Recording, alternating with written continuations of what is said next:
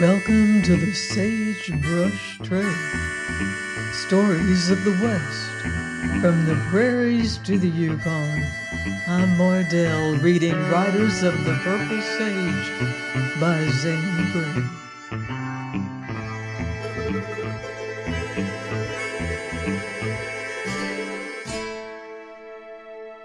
Chapter 11. Faith and Unfaith. At Jane Withersteen's home, the promise made to Mrs. Larkin to care for little Fay had begun to be fulfilled.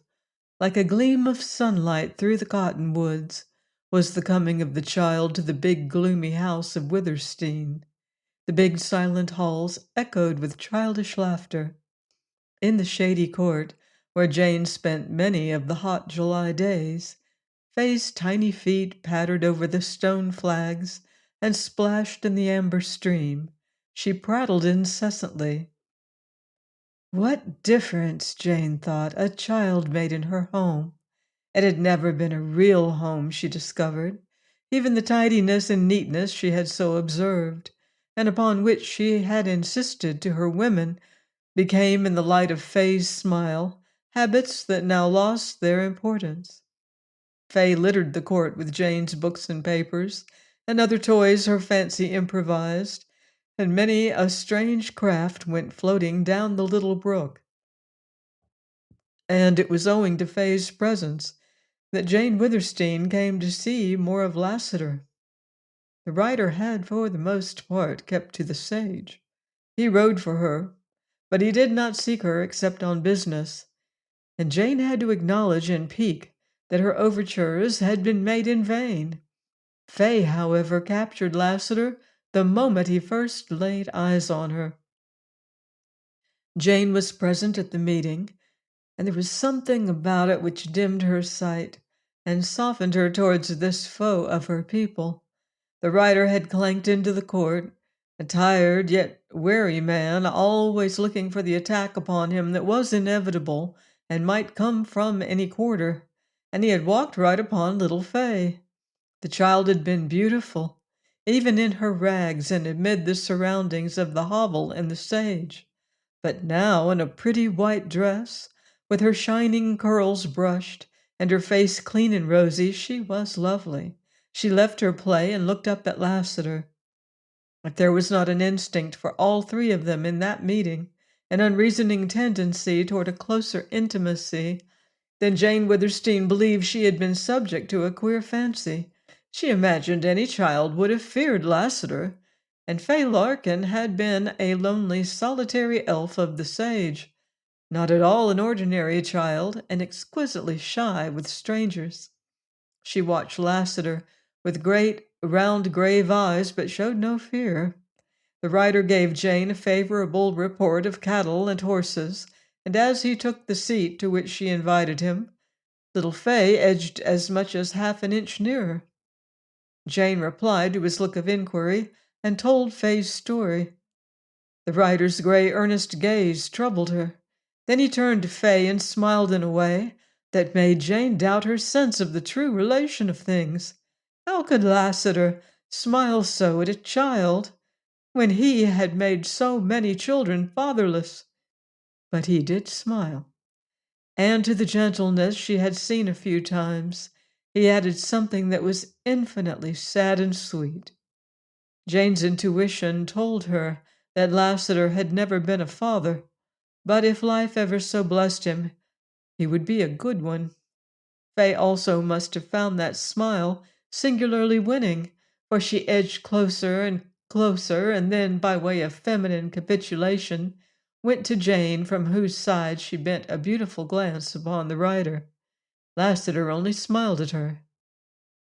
Jane watched them and realized that now was the moment she should seize, if she was ever to win this man from his hatred. But the step was not easy to take. The more she saw of Lassiter, the more she respected him, and the greater her respect, the harder it became to lend herself to mere coquetry. Yet, as she thought of her great motive, of Tull and of that other whose name she had schooled herself never to think of in connection with Millie Ern's Avenger. She suddenly found she had no choice, and her creed gave her boldness far beyond the limit to which vanity would have led her. Lassiter, I see so little of you now, she said, and was conscious of heat in her cheeks. I've been riding hard, he replied. But you can't live in the saddle. You come in sometimes. Won't you come here to see me oftener? Is that an order? Nonsense. I simply ask you to come to see me when you find time. Why? The query, once heard, was not so embarrassing to Jane as she might have imagined. Moreover, it established in her mind a fact that there existed actually other than selfish reasons for her wanting to see him. And as she had been so bold, she determined to be both honest and brave. I've reasons, only one of which I need mention, she answered. If it's possible, I want to change you toward my people. And on the moment I can conceive of little I wouldn't do to gain that end. How much better and freer Jane felt after that confession. She meant to show him that there was one Mormon who could play a game or wage a fight in the open. I reckon, said Lassiter, and he laughed. It was the best in her, if the most irritating, that Lassiter always aroused. Will you come? She looked into his eyes, and for the life of her could not quite subdue an imperiousness that rose with her spirit. I never asked so much of any man except Burn Venters. 'Pears to me that you'd run no risk, or Venters either. But maybe that doesn't hold good for me. You mean it wouldn't be safe for you to be often here? You look for ambush in the cottonwoods. Not that so much. At this juncture, Little Fay sidled over to Lassiter. Is you a little girl? She inquired. No, lassie, replied the rider. Whatever Fay seemed to be searching for in Lassiter's sun-reddened face and quiet eyes, she evidently found. Oh, can Tom to see me? She added with that shyness gave place to friendly curiosity. First his sombrero with its leather band and silver ornaments commanded her attention. Next his quirt, and then the clinking silver spurs. These held her for some time, but presently, true to childish fickleness, she left off playing with them to look for something else. She laughed in glee as she ran her little hands down the slippery, shiny surface of Lassiter's leather chaps. Soon she discovered one of the hanging gun sheaths, and she dragged it up and began tugging at the huge black handle of the gun. Jane Withersteen repressed an exclamation. What significance there was to her in the little girl's efforts to dislodge that heavy weapon. Jane Withersteen saw Fay's play and her beauty and her love as most powerful allies to her own woman's part in a game that suddenly had acquired a strange zest and a hint of danger. And as for the rider, he appeared to have forgotten Jane and the wonder of this lovely child playing about him. At first he was the much shyer of the two. Gradually her confidence overcame his backwardness, and he had the temerity to stroke her golden curls with a great hand. Fay rewarded his boldness with a smile, and when he had gone to the extreme of closing that great hand over her little brown one, she said simply, I like you. Sight of his face then made Jane oblivious, for the time, to his character as a hater of Mormons. Out of the mother longing that swelled her breast, she divined the child hunger in Lassiter. He returned the next day, and the next, and upon the following he came both at morning and at night. Upon the evening of this fourth day, Jane seemed to feel the breaking of a brooding struggle in Lassiter. During all these visits, he had scarcely a word to say, though he watched her and played absent-mindedly with Fay. Jane had contented herself with silence. Soon little Fay substituted for the expression of regard, "I like oo," a warmer and more generous one, "I love oo." Thereafter, Lassiter came oftener to see Jane and her little protege. Daily, he grew more gentle and kind and gradually developed a quaintly merry mood. In the morning, he lifted Fay upon his horse and let her ride as he walked beside her to the edge of the sage. In the evening, he played with the child in an infinite variety of games she invented, and then, oftener than not, he accepted Jane's invitation to supper. No other visitor came to Withersteen House during those days, so that in spite of watchfulness, he never forgot. Lassiter began to show he felt at home there. After the meal, they walked into the grove of cottonwoods or up by the lakes, and little Fay held Lassiter's hands as much as she held Jane's. Thus a strange relationship was established, and Jane liked it. At twilight, they always returned to the house, where Fay kissed them and went in to her mother. Lassiter and Jane were left alone. Then, if there were anything that a good woman could do to win a man and still preserve her self-respect, it was something which escaped the natural subtlety of a woman determined to allure. Jane's vanity, that after all was not great, was soon satisfied with Lassiter's silent admiration, and her honest desire to lead him from his dark, blood-stained path would never have blinded her to what she owed herself. But the driving passion of her religion and its call to save Mormons' lives, one life in particular, bore Jane Withersteen close to an infringement of her womanhood. In the beginning, she had reasoned that her appeal to Lassiter must be through the senses. With whatever means she possessed in the way of adornment, she enhanced her beauty, and she stooped to artifices that she knew were unworthy of her, but which she deliberately chose to employ. She made of herself a girl in every variable mood wherein a girl might be desirable. In those moods, she was not above the methods of an inexperienced, though natural, flirt. She kept close to him whenever opportunity afforded, and she was forever playfully, yet passionately underneath the surface, fighting him for possession of the great black guns. These he would never yield to her, and so in that manner their hands were often and long in contact. The more of simplicity she sensed in him, the greater advantage she took.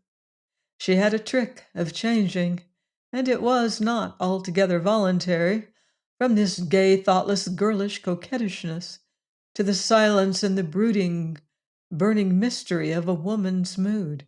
The strength and passion and fire of her were in her eyes, and she so used them that Lassiter had to see this depth in her, this haunting promise, more fitted to her years than to the flaunting guise of a wilful girl.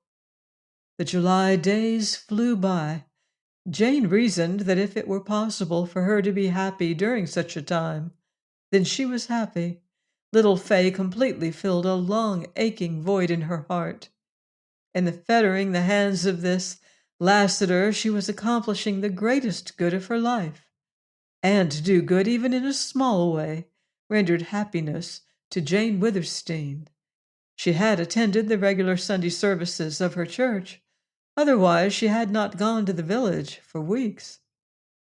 It was unusual that none of her churchmen or friends had called upon her of late, but it was neglect for which she was glad.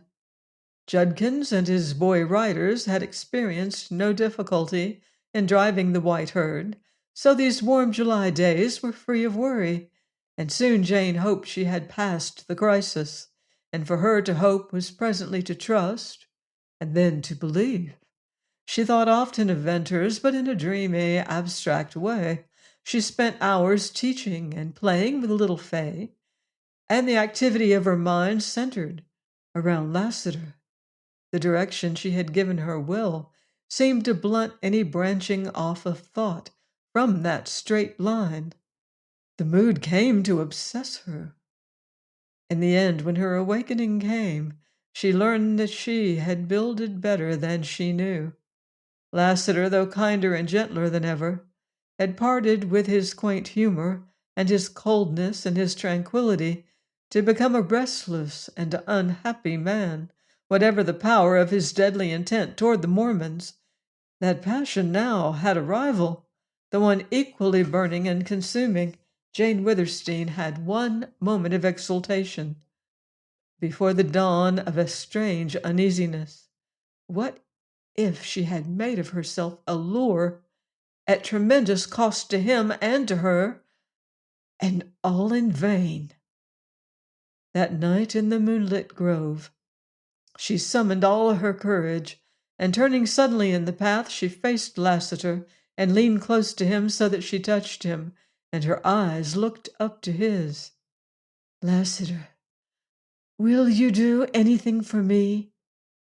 In the moonlight, she saw his dark, worn face change, and by that change she seemed to feel him immovable as a wall of stone.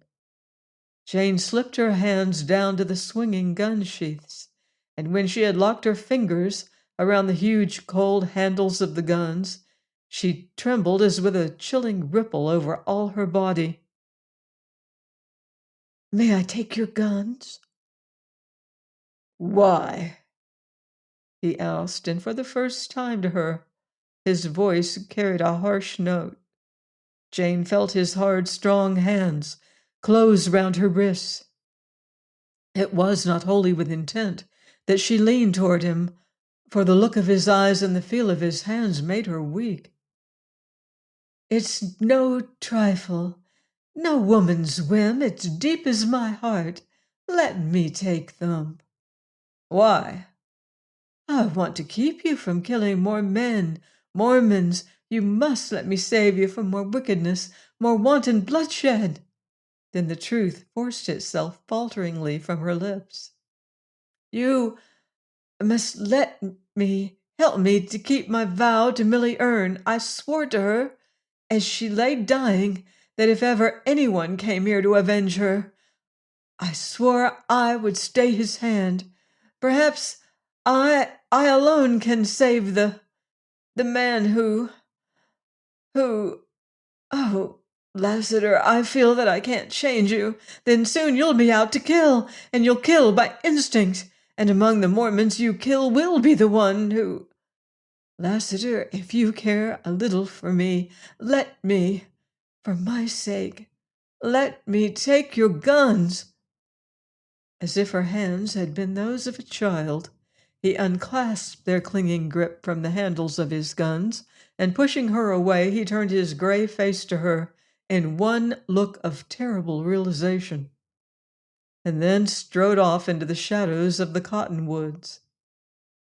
When the first shock of her futile appeal to Lassiter had passed, Jane took his cold, silent condemnation and abrupt departure not so much as refusal to her entreaty as a hurt and stunned bitterness for her attempt at his betrayal.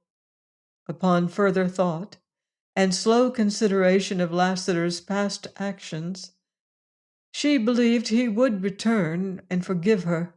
The man could not be hard to a woman, and she doubted that he could stay away from her. But at the point where she had hoped to find him vulnerable, she now began to fear he was proof against all persuasion. The iron and stone quality that she had early suspected in him had actually cropped out as an impregnable barrier. Nevertheless, if Lassiter remained in Cottonwoods, she would never give up her hope and desire to change him. She would change him if she had to sacrifice everything dear to her, except hope of heaven, passionately devoted as she was to her religion. She had yet refused to marry a Mormon, but a situation had developed wherein self paled in the great white light of religious duty of the highest order. That was the leading motive, the divinely spiritual one. But there were other motives which, like tentacles, aided in drawing her will to the acceptance of a possible abnegation. And through the watches of that sleepless night, Jane Withersteen, in fear and sorrow and doubt, came finally to believe that if she must throw herself into Lassiter's arms to make him abide by "thou shalt not kill," she would yet do well. In the morning, she expected Lassiter at the usual hour, but she was not able to go at once to the court, so she sent little Fay. Mrs. Larkin was ill and required attention. It appeared that the mother, from the time of her arrival at Withersteen House, had relaxed and was slowly losing her hold on life. Jane had believed that absence of worry and responsibility, coupled with good nursing and comfort, would mend Mrs. Larkin's broken health. Such, however, was not the case. When Jane did get out to the court, Fay was there alone, and at the moment embarking on a dubious voyage down the stone-lined amber stream upon a craft of 2 brooms and a pillow. Fay was as delightfully wet as she could possibly wish to get. Clatter of hoofs distracted Fay and interrupted the scolding she was gleefully receiving from Jane. The sound was not the light-spirited trot that Bells made when Lassiter rode him into the outer court. This was slower and heavier, and Jane did not recognize in it any of her other horses. The appearance of Bishop Dyer startled Jane. He dismounted with his rapid, jerky motion, flung the bridle, and as he turned toward the inner court and stalked up on the stone flags, his boots rang. In his authoritative front, and in the red anger unmistakably flaming in his face, he reminded Jane of her father. "Is that the Larkin pauper?" he asked brusquely, without any greeting to Jane.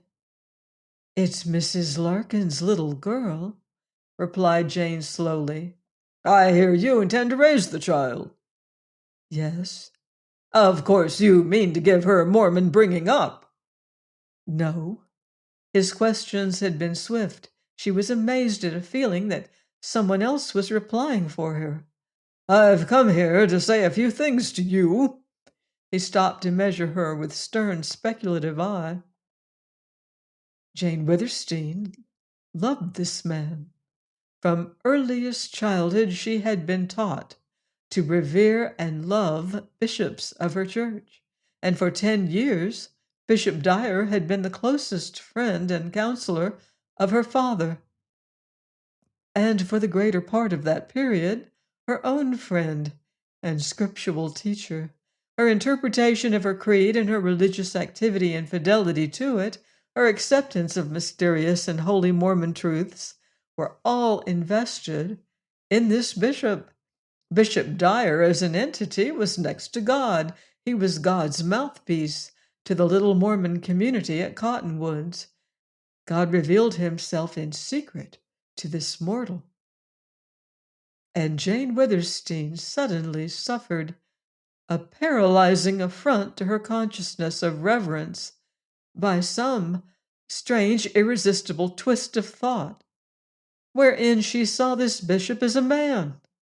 And the train of thought hurdled the rising, crying protests of that other self whose poise she had lost. It was not her bishop who eyed her in the curious measurement. It was a man who trampled into her presence without removing his hat, who had no greeting for her, who had no semblance of courtesy. In looks as in action, he made her think of a bull stamping cross-grained into a corral. She had heard of Bishop Dyer forgetting the minister in the fury of a common man, and now she was to feel it. The glance by which she measured him in turn momentarily veiled the divine in the ordinary. He looked like a rancher. He was booted, spurred, and covered with dust. He carried a gun at his hip, and she remembered that he had been known to use it. But during the long moment while he watched her, there was nothing commonplace in the slow gathering might of his wrath. "Brother Tull has talked to me," he began. "It was your father's wish that you marry Tull, and my order. You refused him?" "Yes." You would not give up your friendship with that tramp Venters? No, but you'll do as I order, he thundered. Why, Jane Withersteen, you're in danger of becoming a heretic. You can thank your Gentile friends for that. You face the damning of your soul to perdition. In the flux and reflux of the whirling torture of Jane's mind, that new daring spirit of hers vanished in the old habitual order of her life. She was a Mormon, and the bishop regained ascendance. It's well I got you in time, Jane Withersteen. What would your father have said to these going-ons of yours? He would have put you in a stone cage on bread and water. He would have taught you something about Mormonism. Remember, you're a born Mormon. There have been Mormons who turned heretic, damn their souls, but no born Mormon ever left us yet. Ah, I see your shame. Your faith is not shaken. You are only a wild girl. The bishop's tone softened. Well, it's enough that I got to you in time. Now, tell me about this Lassiter. I hear strange things. What do you wish to know? Queried Jane. About this man you hired him. Yes, he's writing for me. When my writers left me, I had to have any ones I could get. Is it true what I hear, that he's a gunman, a Mormon hater, steeped in blood? True, terribly true, I fear. But what's he doing here in Cottonwoods? This place isn't notorious enough for such a man. Sterling, and the villages north where there's universal gun packing and fights every day, where there are more men like him, it seems to me they would attract him most. We're only a wild, lonely border settlement. It's only recently that rustlers have made killings here. Nor have there been saloons till lately, nor the drifting in of outcasts. Has not this gunman some special mission here? Jane maintained silence. Tell me, ordered Bishop Dyer sharply. Yes, she replied. Do you know what it is? Yes. Tell me that. Bishop Dyer, I don't want to tell. He waved his hand in an imperative gesture of command. The red once more leaped to his face, and his steel-blue eyes glinted a pinpoint of curiosity. That first day, whispered Jane, Lassiter said he came here to find Millie Ern's grave. With downcast eyes, Jane watched the swift flow of the amber water. She saw it, and tried to think of the stones of the ferns, but like her body, her mind was in a leaden vice. Only the bishop's voice could release her. Seemingly there was silence of longer duration than all her former life. For what else?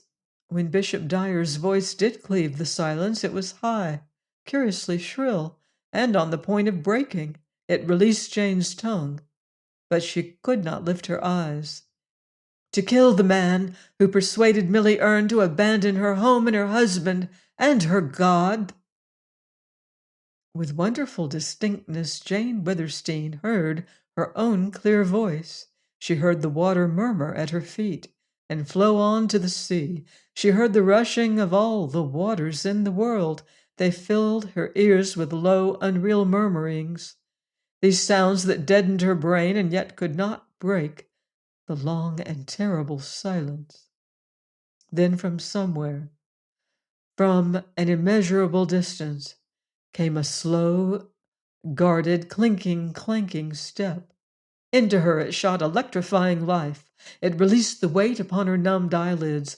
Lifting her eyes, she saw, ashen, shaken, stricken, not the bishop, but the man, and beyond him, from round the corner, came that soft, silvery step.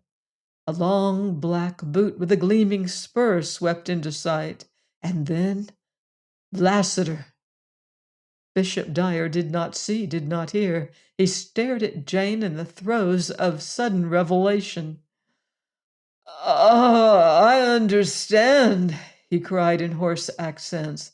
That's why you made love to this Lassiter, to bind his hands. It was Jane's gaze, riveted upon the rider, that made Bishop Dyer turn.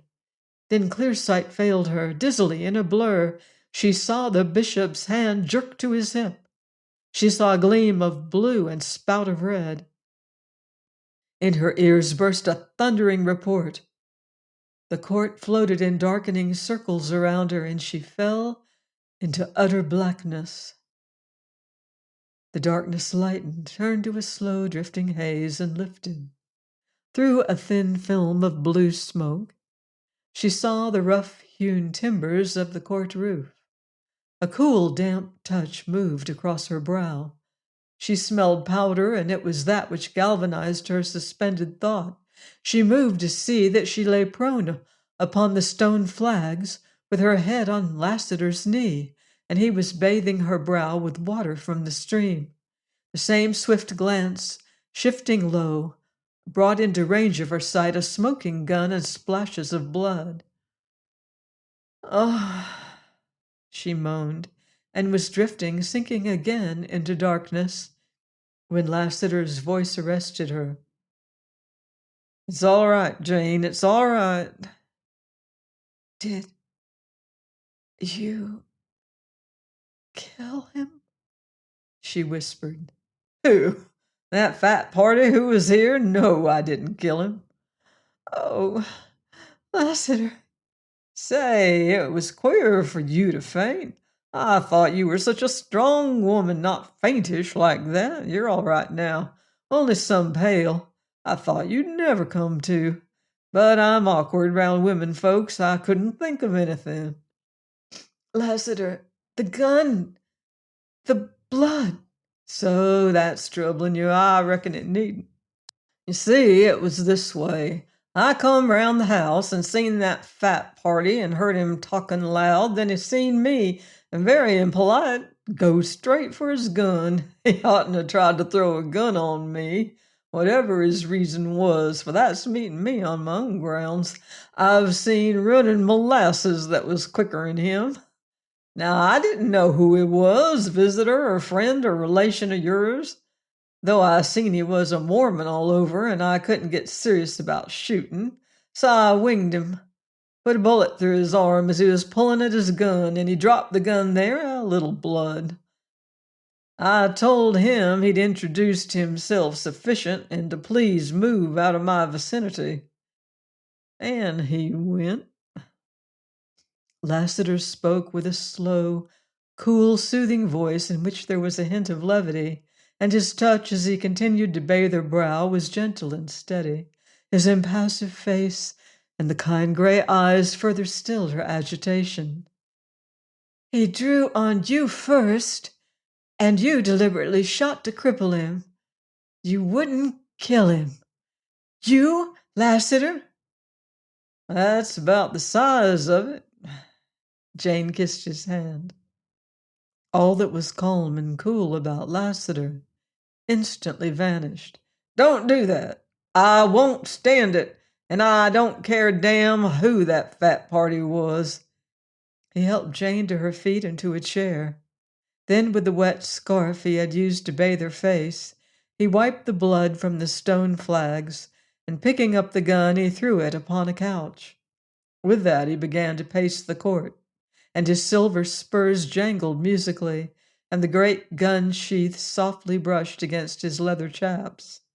"So, it's true what I heard him say?" Lassiter asked, presently halting before her. "You made love to me to bind my hands?" "Yes," confessed Jane.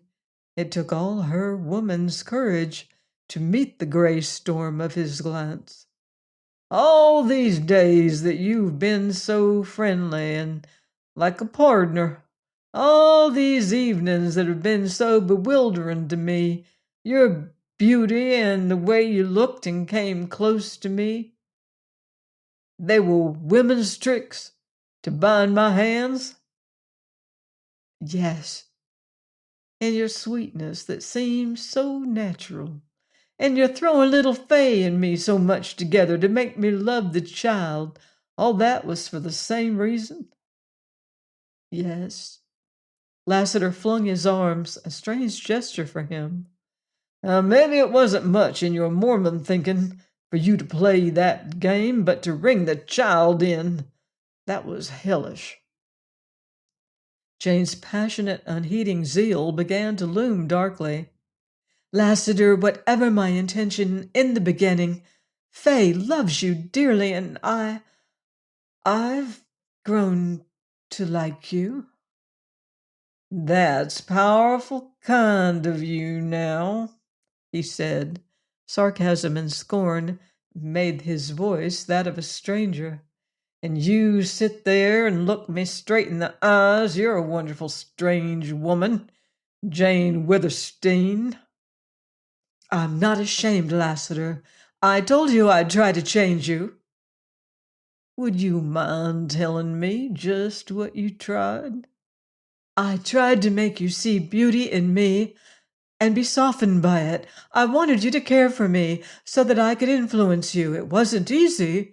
At first you were stone blind, and then I hoped you'd love little Faye, and through that come to feel the horror of making children fatherless. Jane Witherstein, either you're a fool or noble beyond my understanding. Maybe you're both. I know you're blind. What you meant is one thing. What you did was to make me love you. Lassiter! I reckon I'm a human being. Though I never loved anyone but my sister, Millie Earn, that was long. Are you Millie's brother? Yes, I was, and I loved her. There never was anyone but her in my life till now. Didn't I tell you that long ago I backtrailed myself from women? I was a Texas Ranger till Millie left home, and then I became something else. Lassiter. For years I've been a lonely man set on one thing. I came here and met you, and now I'm not the man I was. The change was gradual, and I took no notice of it. I understand now that never satisfied longing to see you, listen to you, watch you, feel you near me. It's plain now why you were never out of my thoughts. I've had no thoughts but of you. I've lived and breathed for you. And now when I know what it means, what you've done, I'm burning up with hell's fire. Oh, Lassiter, no, no, you don't love me that way. If that's what love is, then I do. Forgive me. I didn't mean to make you love me like that. Oh, what a tangle of our lives. You, Millie Earn's brother, and I, heedless, mad to melt your heart toward Mormons. Lassiter, I may be wicked, but not wicked enough to hate. If I couldn't hate Tull, could I hate you? After all, Jane, maybe you're only blind, Mormon blind. That can only explain what's close to selfishness. I'm not selfish. I despise the very word. If I were free. But you're not free. Not free of Mormonism, and playing this game with me, you have been unfaithful. Unfaithful? Faltered Jane. Yes, I said unfaithful. You're faithful to your bishop and unfaithful to yourself. You're false to your womanhood and true to your religion. But for a saving innocence, you'd have made yourself low and vile. Betraying yourself, betraying me, all to bind my hands and keep me from snuffing out Mormon life. It's your damn Mormon blindness. Is it vile? Is it blind? Is it only Mormonism to save human life? No, Lassiter, that's God's law, divine, universal for all Christians. The blindness I mean is blindness that keeps you from seeing the truth. I've known many good Mormons, but some are blacker than hell. You won't see that even when you know it. Else why all this blind passion to save the life of that.